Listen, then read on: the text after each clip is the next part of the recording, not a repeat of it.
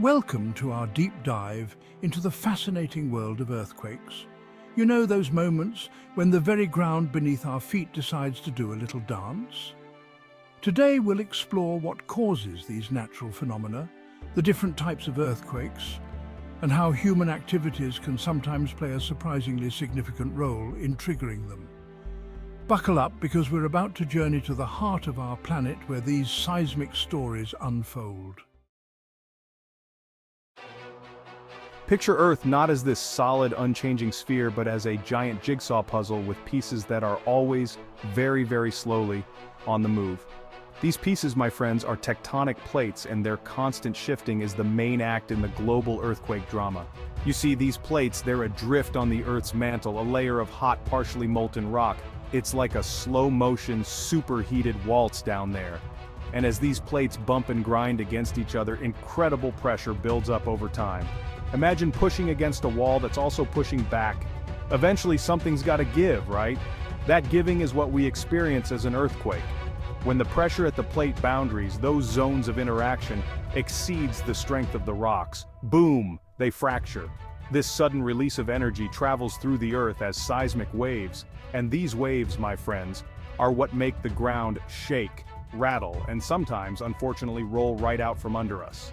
Now, these tectonic plates, they're not just pushing against each other, nope, they can also slide past one another, pull apart, or even collide head-on. Each of these interactions creates different types of faults or breaks in the Earth's crust. We're talking about strike-slip faults, normal faults, and reverse faults. It's like a whole tectonic vocabulary down there. And the thing is, the type of fault involved plays a big role in the earthquake's strength or magnitude. The bigger the fault, the bigger the potential earthquake. Think of it like this: a small crack in the sidewalk might make you trip, but a massive chasm could swallow you whole. We measure these seismic events using the Richter scale, which ranks earthquakes based on their energy release. And let me tell you, the difference between a magnitude 5 and a magnitude 8 earthquake is not just a little shake versus a big shake. We're talking about a difference in energy release equivalent to the detonation of a small atomic bomb versus a very large one. It's a logarithmic scale, you see, which means each whole number increase represents a 10-fold increase in wave amplitude and a whopping 32-fold increase in energy release.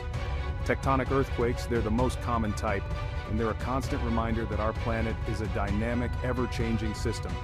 The Earth beneath our feet is alive, my friends, and it has a lot to say if we just listen.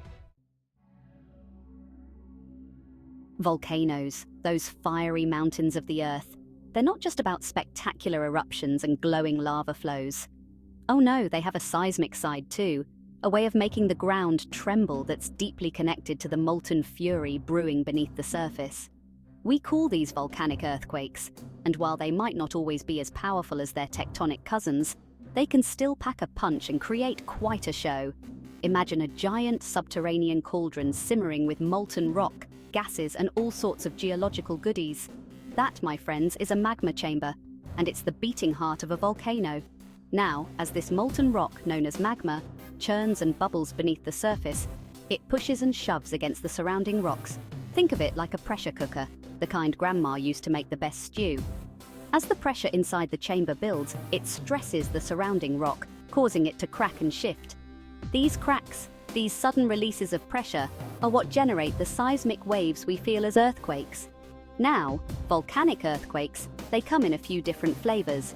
We've got short-period earthquakes, which are like the quick jabs of a boxer, rapid, high-frequency tremors caused by the fracturing of brittle rock as magma forces its way up. Then we've got long-period earthquakes, the slow, powerful blows of a heavyweight champ. These are caused by the pressure changes within the volcanic plumbing system, like the sloshing of magma within the chamber or the movement of gases trying to escape. And then there's harmonic tremor, a continuous rhythmic vibration often associated with the movement of magma toward the surface. It's like the low rumble of a dragon about to unleash its fiery breath. Volcanic earthquakes, they're not just about the drama of an impending eruption though. They can also happen long after a volcano has calmed down, a sort of geological afterparty. These post-eruption earthquakes are often caused by the readjustment of the surrounding rock as the magma chamber cools and contracts. So while volcanic earthquakes might not always be the seismic superstars that tectonic earthquakes are, they're a fascinating window into the inner workings of our planet's fiery underbelly. They're a reminder that even mountains can have a pulse, a rhythm that speaks of the immense power and heat churning beneath our feet. Chapter 3. Collapse earthquakes when the roof caves in. So we've talked about the Earth's plates colliding and the fiery fury of volcanoes, but what about those times when the ground shakes? Not from deep below, but from something a little closer to home. That's right, my friends. We're talking about collapse earthquakes, those seismic hiccups caused by, well, collapses. Imagine this: vast caverns beneath the Earth's surface, hollowed out by centuries of geological processes, or, in some cases, by our own human endeavors. These underground voids, whether they're natural caves, abandoned mines, or even the spaces left behind by oil and gas extraction, can become unstable over time. Think of it like an old rickety building. The foundation weakens, the supports start to buckle, and eventually, boom, the whole thing comes crashing down. That's a collapse earthquake in a nutshell. When the weight of the overlying rock becomes too much for the weakened roof of a cavity to bear, it collapses, sending seismic waves rippling through the surrounding rock. Now, collapse earthquakes. They're usually much smaller in magnitude than their tectonic or volcanic counterparts. They're more localized, like a tremor in the force rather than a full-blown seismic storm. But don't let their size fool you. They can still pack a punch, especially if you happen to be standing right above one. These mini-quakes are often felt near mining operations, where extensive underground tunnels can weaken the surrounding rock. They're also common in areas with karst topography, landscapes characterized by sinkholes, caves, and underground drainage systems. In these areas, the dissolution of soluble rocks like limestone can create vast underground networks of caverns just waiting for the right moment to cave in. Collapse earthquakes? They're a reminder that even the ground beneath our feet, seemingly solid and unyielding, can be surprisingly fragile. It's a testament to the power of gravity and the constant forces that shape and reshape our planet, both from within and from the surface.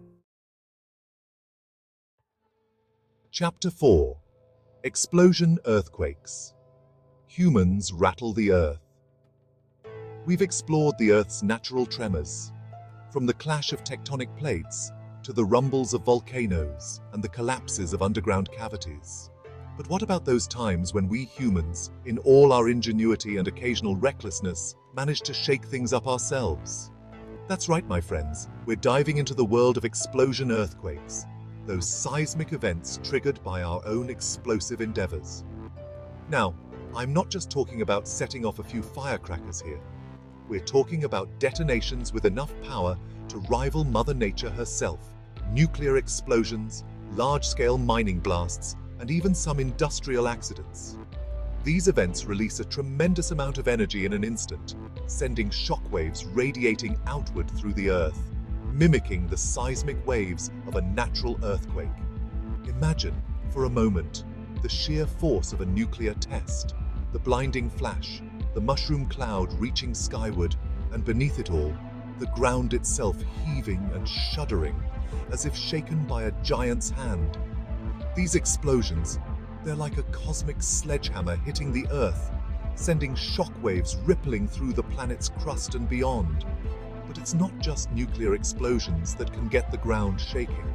Mining operations, especially those that use large amounts of explosives to break up rock formations, can also trigger sizable tremors.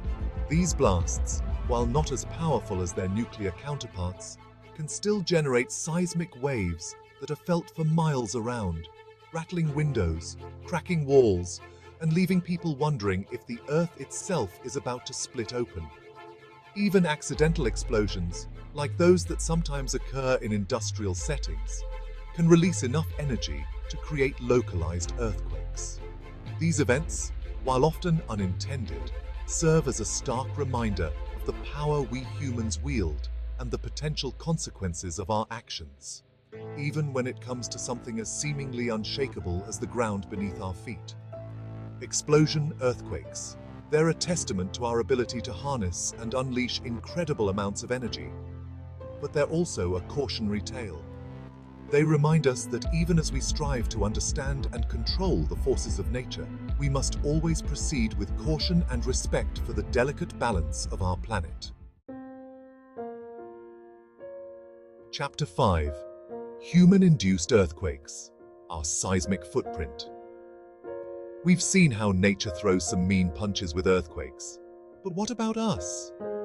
Can we humans, with all our digging, drilling, and dam building, actually trigger earthquakes? Well, hold on to your hard hats, folks, because the answer is a resounding yes. We're not just talking about explosions here. We're talking about activities that can subtly, but significantly, alter the stresses and strains within the Earth's crust, sometimes with seismic consequences.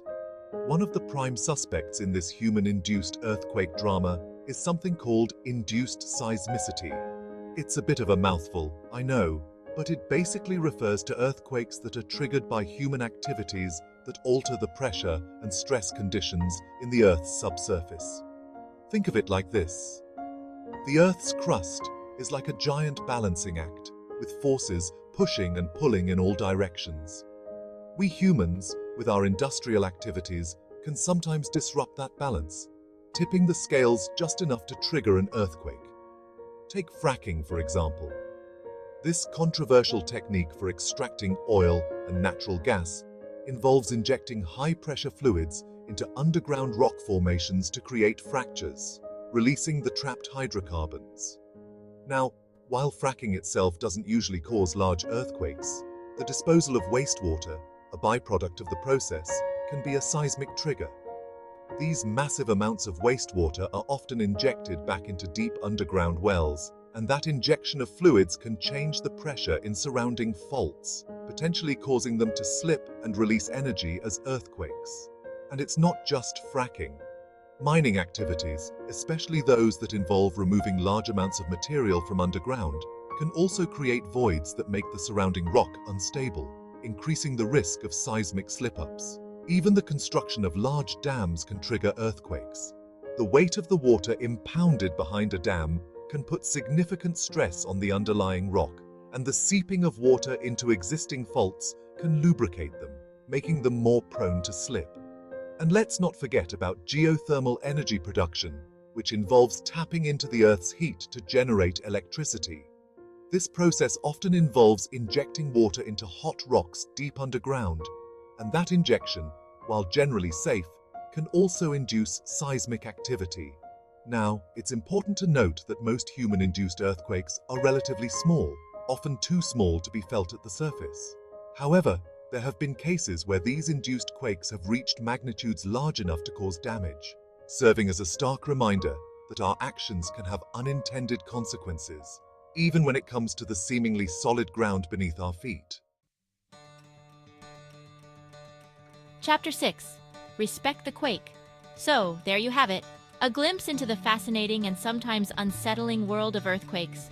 From the Earth's plates grinding against each other, to the fiery breath of volcanoes and even our own human activities, we've seen the many ways these seismic events can shake up our world.